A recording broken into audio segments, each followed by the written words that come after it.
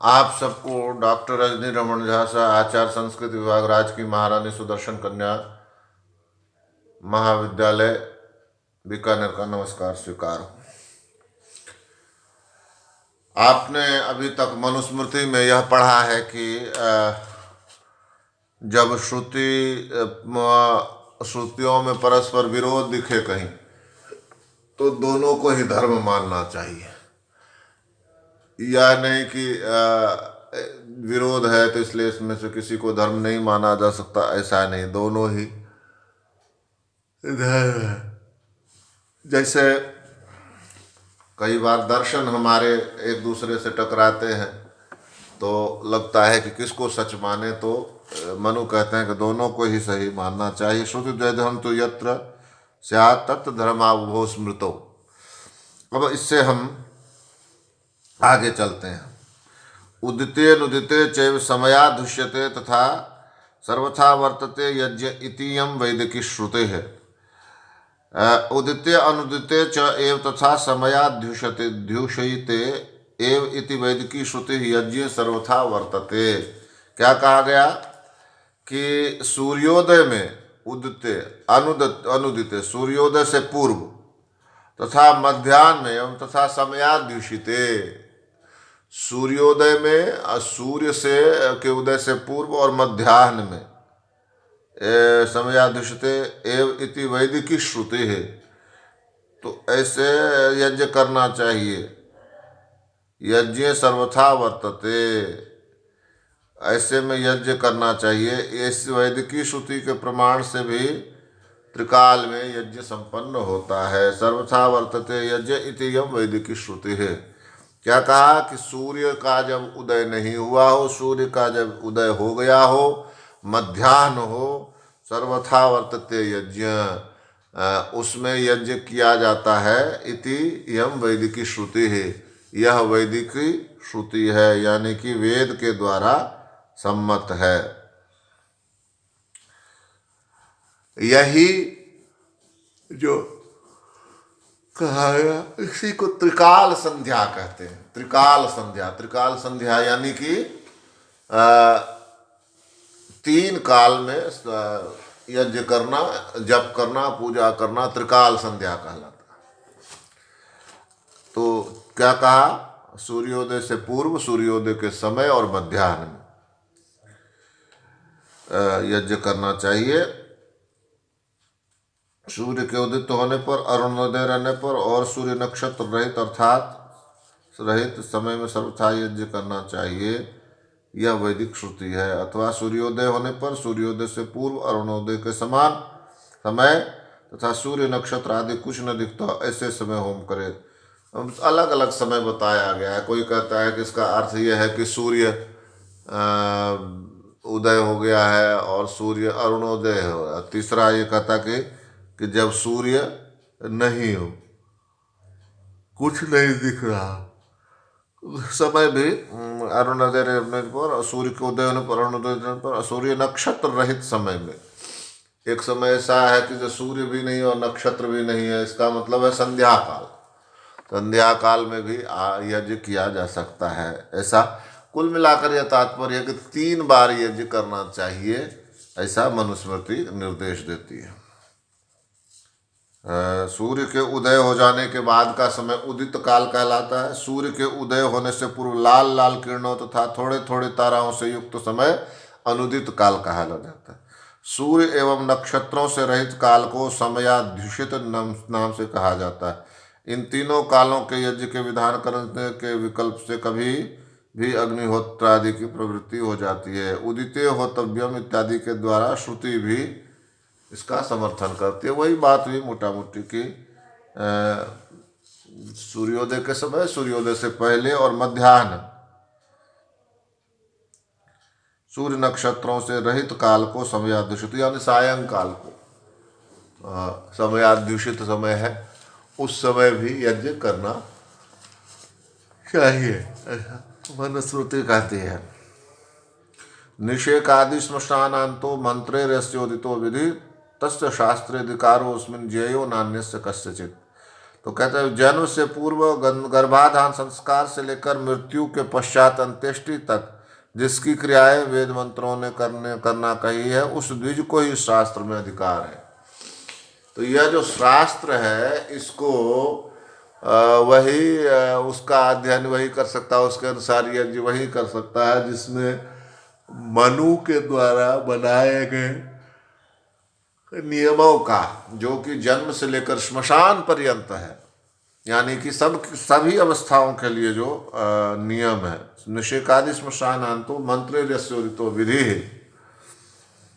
तस्त शास्त्रे अधिकारोस्मिन् जयो नान्यस्य कस्यचित्।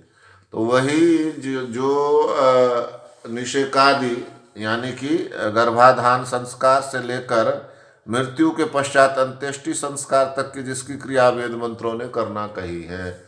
वेद मंत्रों ने गर्भ में जो बच्चा आता वहाँ से लेकर श्मशान तक पर्यंत सबके बारे में बता रखा है।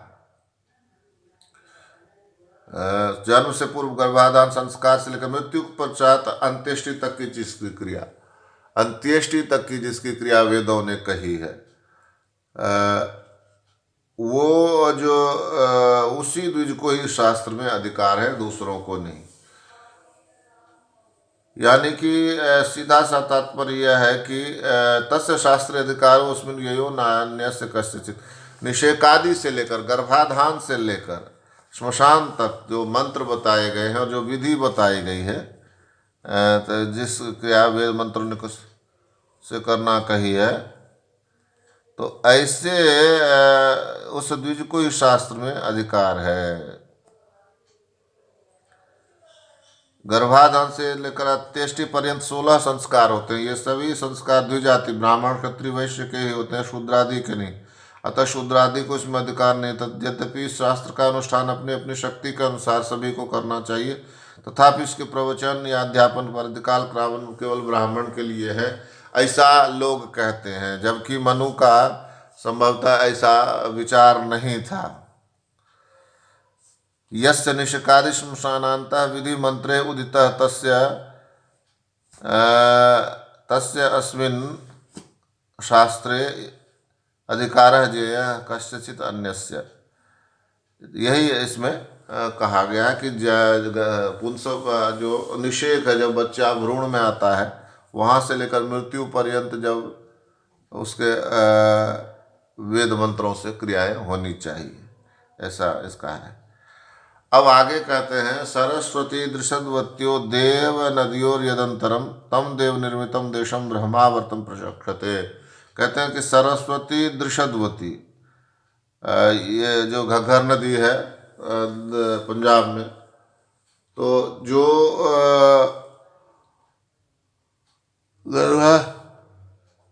कह रहे हैं कि दृषद्वत्यो देव नदियों यदंतरम। क्या कहा कि यहाँ अब यहाँ से कुछ देशों के नाम सब प्रारंभ होंगे। देश तो क्या है, वो एक भूभाग, बड़ा भूखंड है, जो हो सकता है कि देश से बड़ा भी हो हमारे देश से।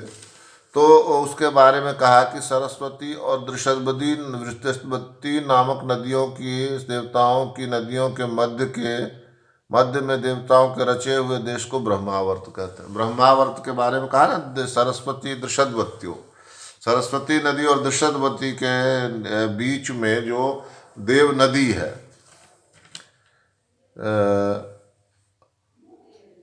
वो क्या है, ये देव नदी और यदंतरम, और ये जो देव नदियां हैं इनके बीच में जो हिस्सा है, तम देशम ब्रह्मावर्त प्रचक्षते। सरस्वती नदी है और दृषद्वती नदी है, ये दोनों जो देव नदियों यत अंतरम, उसके बीच में जो अंतराल है या जमीन है, वही देवताओं के द्वारा बनाया गया हुआ क्या कहलाता है, देश कहलाता है, यानी कि ब्रह्मावर्त कहलाता है। तो ब्रह्मावर्त कितनी से कितनी दूर हुआ, तो सरस्वती नदी और घग्गर नदी, दृषद्वती नदी, इनके बीच का जो स्थान है, जो खाली है, वह ब्रह्मावर्त देश कहलाता है। ऐसा ब्रह्मावर्त के बाद तस्मिन् देशे यह सदाचार आचार पारंपर्य क्रमागतः वर्णानाम सांतरालानम च सदाचार उच्यते। कहते हैं कि उस देश में सांतरालनम वर्णानाम, उस ब्रह्मावर्त नामक देश में जो सांतराल यानी ब्राह्मण क्षत्रिय वैश्य और शूद्रों को और उसके बाद क्या कहते हैं, सांतरालन वर्णानाम पारंपरिक क्रमागत है यह आचार है। तो उनका जो परंपरा से क्रम से जो आगत आचार है, किनका, जो ब्रह्मावर्त देश में रहते हैं निवाचरण का, तो उसको क्या कहते हैं, सदाचार उच्यते, उसको उसको सदाचार कहा जाता है। तस्मिन् देशे सांतरालानां वर्णानां पारंपरिकक्रमागतः यह आचारः च सदाचारः उच्यते।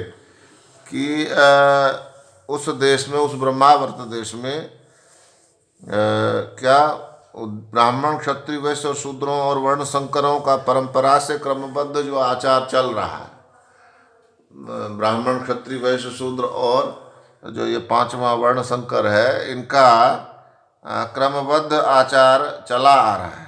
तस्मिन् देशे यह आचार है पारंपरिक क्रमागत, परंपरा से उस देश में आचार प्राप्त होता है कि वर्णानाम सांतरालानाम वर्णानाम पारंपरिक क्रमागत यह आचार है। वर्ण के पारंपरिक क्रमागत, परंपरा से जो चले आ रहे हैं, यह जो आचार में सदाचार उच्यते, वह सदाचार कहते हैं। वर्ण संकरों का परंपरा से क्रमबद्ध जो आचार चला आ रहा है उसे सदाचार कहते हैं। ऐसा ये कह रहे हैं। कौन? मन।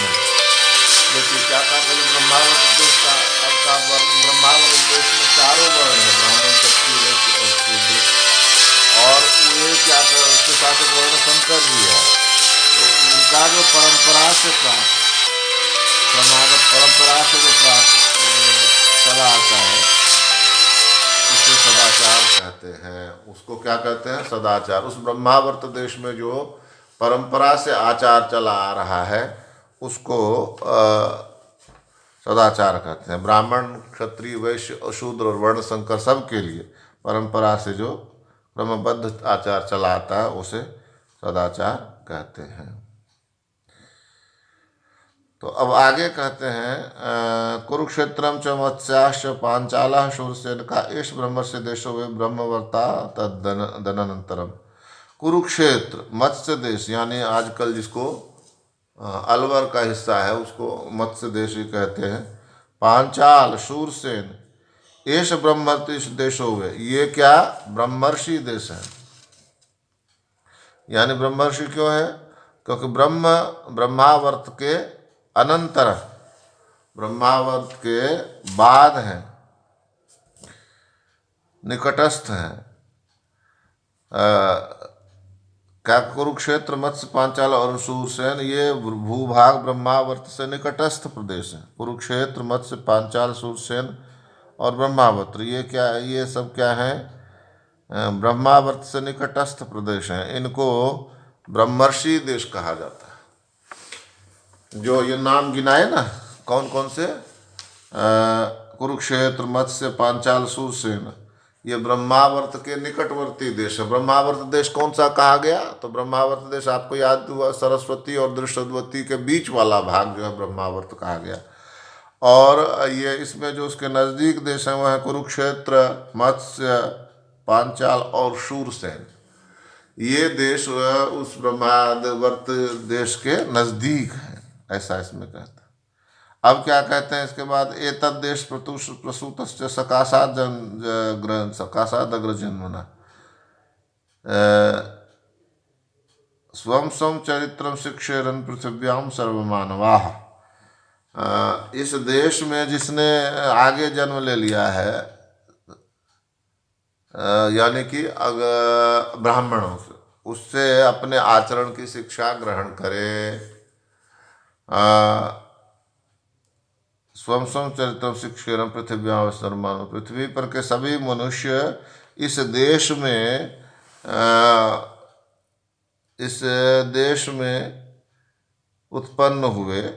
तद्देश से प्रसूत से सकाशाद अग्र जन्मना, और उत्पन्न ब्राह्मणों से अपने अपने आचरण की शिक्षा ग्रहण करे, यह इसमें कहा गया है। शेष हम इसको कल देखेंगे फिर से।